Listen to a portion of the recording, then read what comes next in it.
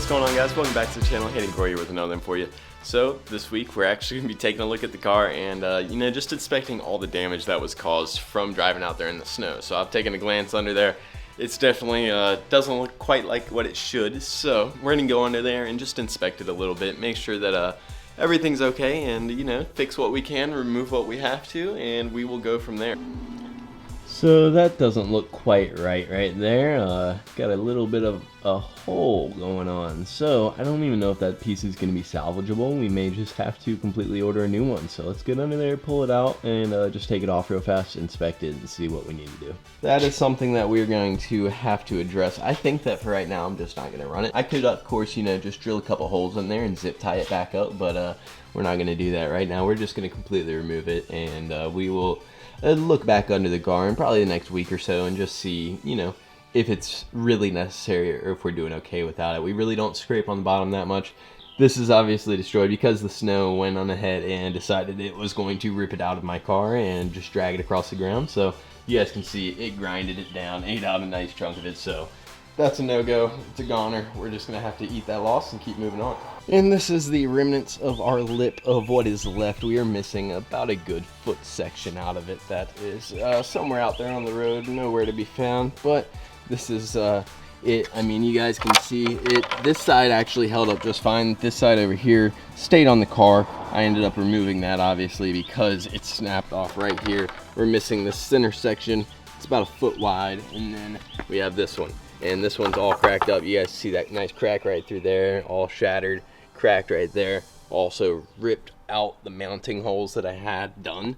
So we were hitting some pretty tough stuff. I mean, you guys can see this thing just got obliterated. So it hit something really hard and was not the biggest fan of it. And if you guys didn't catch last week's video, make sure that you go on ahead, watch that video. It was a great time. I'm sure you guys will probably enjoy it. So make sure that you hit that link up there at the top of the screen in case you haven't seen that. But like I just said, the lip from last week's video, it did not survive. So what did we do? We ordered a brand new lip, and we did not get the exact same style. This one was actually not in stock, the one that we broke off. So we were not able to get a direct replacement. But we did get a new lip. We got it from ECS just like that one, so that way it matches all the rest of our carbon fiber. And let me go in and show it to you.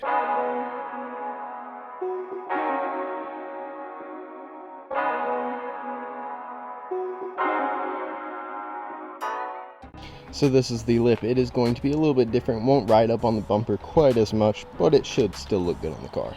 One thing I will say is these screws that they gave, I don't think I'm going to be using these. Sorry if this camera would focus. There we go. Yeah, I don't think I'll be using these. These are basically like self-tappers that are just giant. So I think I'm going to run by a hardware store and get some actual like bolts and some nuts and whatnot to actually secure this thing on. I really just don't trust self-tappers, especially whenever it comes to aero. Alright, so we are back from the hardware store. We went and picked up a whole bunch of screws and whatnot, and hopefully we will be able to make this happen with what we have. So let's go on ahead and pull off this front bumper.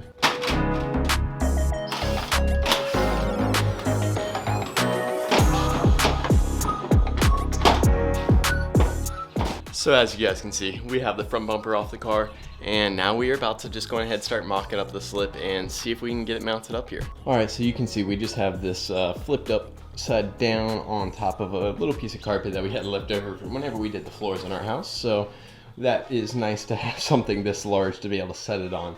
But nonetheless, we are going to be working on the bottom of this bumper right here and just trying to get this new lip mocked up onto the car. Alright, so we have it just a little bit set up right here. We've got these two screws in the corners, and now we're about to start working through the ones in the middle of the bumper.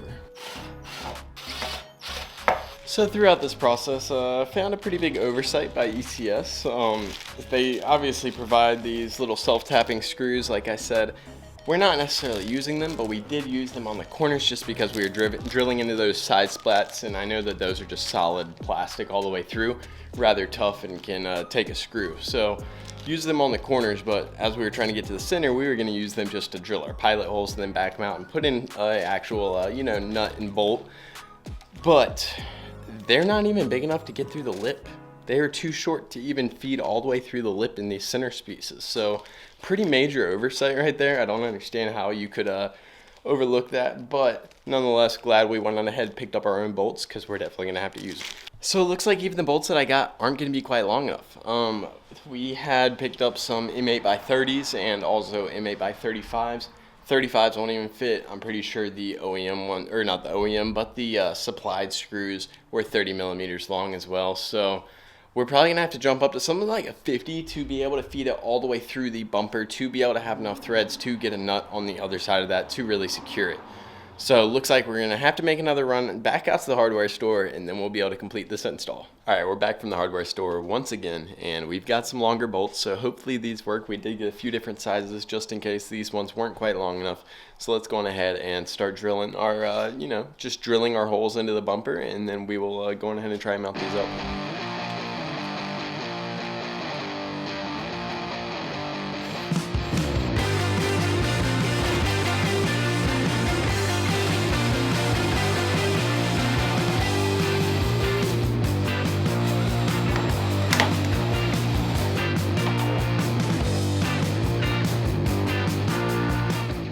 Alright, the lip is now mounted on here. We can go ahead and pull off this little bit of tape that we had that was just holding that on there at first. But I will go ahead and show you guys. So we did use these self-tappers on the ends right here, but then on the inside we ended up using our own bolts, and we ran them all the way through the bumper. You can see one right there, one there, and one there. And that is how we've got it secured on here. But I mean, this lip is not going anywhere. You can lift up the entire bumper with it, absolutely no problem without it giving whatsoever. So let's go ahead and get this thing slapped back on the car. Before I show you guys what it looks like on the front, we are going to go on ahead and wash the car. So let's go on ahead and do that. But before we do, let me go on ahead and show you guys this. So obviously we're sitting on this jack stand right there, but on this side in the rear, we have a jack stand in here. I don't know if you guys can see it from this angle, but it is actually not sitting on it. It is just sitting right above it. And I'm curious if anyone else's car does that. I know these cars really don't have much chassis flex in them at all, but that seems pretty ridiculous right there. On the bright side, we did collect a ton of different fasteners and bolts and screws and washers, so we'll have them in the future for the next project. Alright, so we're at the car wash. We're just waiting to get a spot in here. It's actually relatively busy. We've had snow and stuff forever, for like well, not forever, but for like the past 2 weeks we've been getting snow on and off, and the roads have been salted, so I'm sure a bunch of people are trying to wash their cars. But aside from the point, let's talk a little bit about this lip install. Overall, personally, it wasn't hard at all. I installed it the exact same way that I did my previous lip. I reverse mounted it with hardware through the bumper. And in my opinion, that's the best way to do it whenever you have to mount it to the bumper regardless, because of the style lip that it is. It's just best to go in and do it that way rather than trying to trust some 3M or even some self-tappers or something like that. So we did that. Overall, I'd give it probably a 5 out of 10 as far as install goes. Only reason that it's not like a 8 out of 10 or something higher is because, well, they didn't supply the right bolt size. So I mean, that was pretty big oversight in my opinion, something that definitely could have been fixed pretty easily. But nonetheless, we did have to make another trip out to the hardware store to be able to fully install this lip and make sure that it's nice and secured. But let's go ahead and hop into this car wash real fast, and I'll show you guys what it looks like.